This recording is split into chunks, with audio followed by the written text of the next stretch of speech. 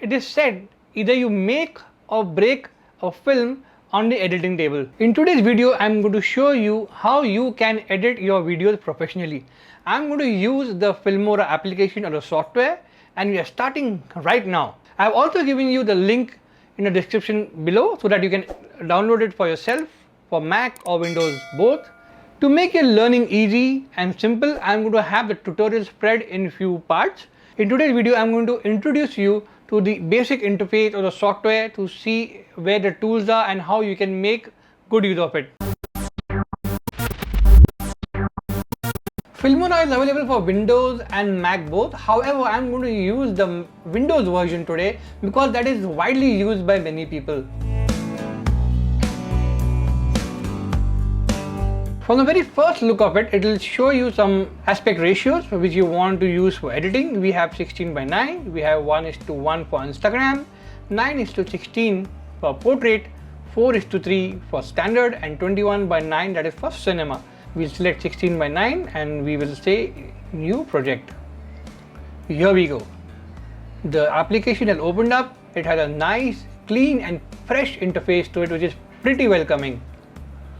On the left hand side, you will see some shared media. You have project media, which when you import your own media, it will show up here. But for now, we'll be using the shared media. You will notice that there are some sample clips that Filmora has given you to edit, because at times you may not have your own footage as you start editing. So you can use these and sharpen your skills and see how the software basically works. So here's our interface. Let us drag some clips on a timeline. You can simply use the mouse and drag and drop, or you can press the plus icon and it will automatically get the clips to the timeline. The area which you see over here, this is the timeline. This is where all the action happens because this takes care of the editing, the audio, everything. This is where we make our film. Now moving on to the other part, which is an important part of the interface, is the preview window or the preview monitor. This is used to play back and see what your timeline is playing. For example, if I press the space bar button on my keyboard, it will start to play the footage, and now we are seeing it on the monitor, which is the preview screen. So this is the playhead. Wherever it is placed on a timeline, it will start playing from there. If you want to play your footage right from the beginning, you drag it right to the left corner and start playing. Now one thing I would like to show you, in the preview monitor you have these 4 options. One is this: you can play your footage frame by frame and it is playing it backwards. If you're doing something very important and you're going into minute detail of the edit, this is very helpful. Simultaneously, when you press the forward, it will start playing each frame going forward.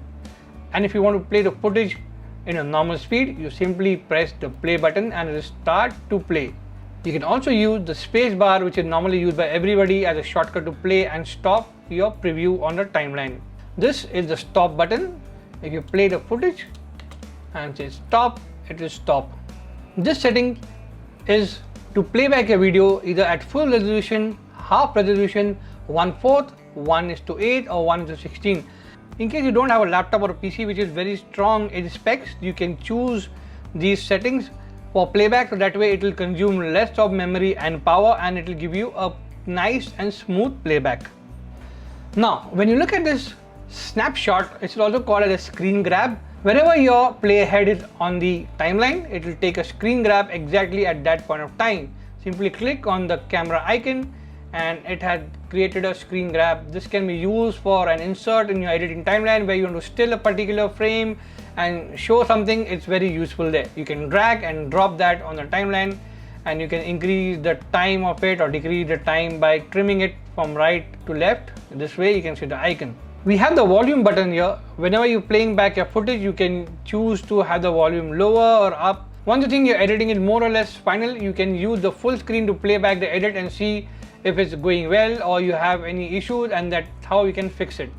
You can see the render preview over here. At times when you add a lot of effects to your clips, it will ask you for a render so that you can process all the effects. It is going to be useful over there. We'll come to that in the later part of the tutorial. Here we have the marker. Now what the marker does is, Suppose you wanted to put a text over here later but not now, you can simply press the marker over here so that you know for later on that there is something that you need to put over here, either a text or a music or whatever, or a graphic, and it helps you remember things. Here you have an excellent feature which is recording a voiceover, which is not there in many advanced software that I've used. It is very helpful if you want to record your voice on the go on your project. Maybe you want to just try and see how a scratch voiceover works and how it is fitting into a film. You can do that by simply clicking on the mic button here and start recording. Like simple say I am going to record by pressing the red button here. It will start in 3 seconds time, and here we go. Hi, this is Sadiq and I am editing this video on Filmora. Let's see how it goes. Say okay, and here you have the voiceover on the timeline. You can play back and check how it sounds. Now let's move ahead. I'll remove this voiceover now. Moving ahead, you have this audio mixer. I will come into it a little later because it is on the advanced side of the editing software, so we'll cover that a bit later.